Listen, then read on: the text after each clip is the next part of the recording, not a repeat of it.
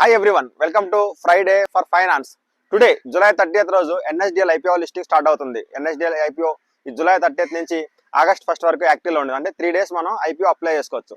So IPO ఫ్యాక్ట్స్లోకి వెళ్తే NSDL యొక్క issue price 760 నుంచి 800 మధ్యలో ఉంది. ఒక లాట్ సైజ్ వచ్చేసరికి మినిమం 18 షేర్స్ కొనాలి. ఇండివిజువల్ ఇన్వెస్టర్స్ మాక్సిమం 1 లాట్ నుంచి 18 లాట్స్ కొనుక్కోవచ్చు.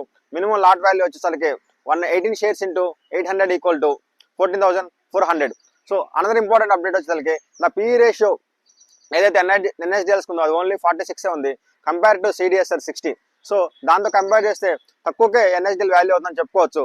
బట్ అది చీప్గా కాదు.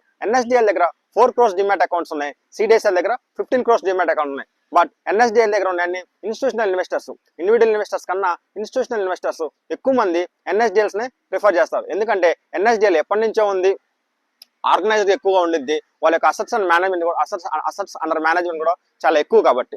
నెక్స్ట్, NSDL అనేది ఒక డెట్ ఫ్రీ కంపెనీ. NSDL యొక్క రెవెన్యూ డిపాజిట్ సర్వీస్ కన్నా ఎక్కువగా NSDL పేమెంట్స్ నుంచి ఎక్కువ వస్తూ ఉండిద్ది. అందువల్ల NSDL ఓన్లీ డిపాజిట్ సర్వీసెస్ నుంచే రెవెన్యూ వస్తుందంటే పొరపాటేమంది. సో లాంగ్ రన్లో హోల్డ్ చేద్దాము, మనం మార్కెట్ ఒడిదులకి కరెక్షన్స్కి ఫ్రీ తక్కువగా ఉండిద్ది అనుకున్న వాళ్ళు ఈ NSDL IPOలో ఇన్వెస్ట్మెంట్ చేయొచ్చు. ఈ యొక్క IPO ఇష్యూ వాల్యూ వచ్చేసరికి 4,000 crores.